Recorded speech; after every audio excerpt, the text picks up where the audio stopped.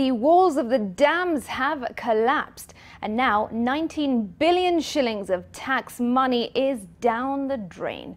President Uhuru Kenyatta cancelled the Kimwarer Dam project after an investigation established that it was technically and financially unfeasible. The Aror Dam will, however, be redone at a new cost and using a new design. And as NTV's Ken Majungu now reports, a report done 28 years ago showing it was not possible to have the Kimwarer Dam in the proposed location was ignored.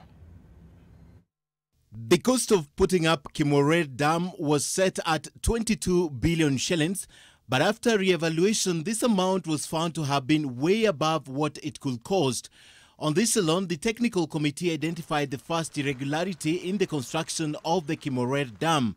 But that was not all. The committee established that there was no current feasibility study conducted on the project. The last time it was done, the study showed that the geological fault across the 800-acre project area would have a negative structural effects on the proposed dam. This was 28 years ago. The committee, chaired by Principal Secretary for Infrastructure, Professor Paul Maringa, and comprises quality surveyor Julius Matu, engineer Benjamin Mwangi, and engineer John Muiruri, recommended this project be terminated.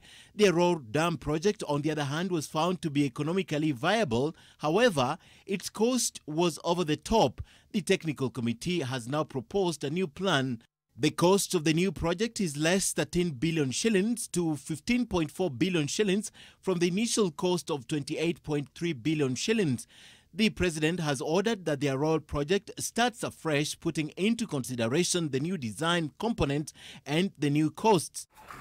In July, the DPP revealed how public officials and private firms collaborated to steal 19 billion shillings from the public in one of the biggest scandals of President Kenyatta's administration.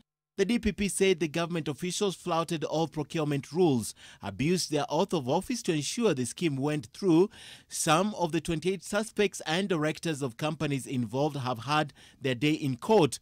On the 18th of September last year, the DCI received official complaints touching on the governance and operation challenges in the management of the Aror and Kimwarer dams. There were glaring problems with the conception, procurement and payment for the two dams located in Elgeyo Marakwet. Several individuals and legal entities were found to have committed criminal acts and omissions. At the center were the Treasury, the National Environment Management Authority, the Kerio Valley Development Authority and CMC di Ravenna, an Italian company with a branch in the country. All these entities are said to have worked to circumvent the laws on procurement to ensure CMC di Ravenna was awarded the contract. Ken Mijungu, NTV.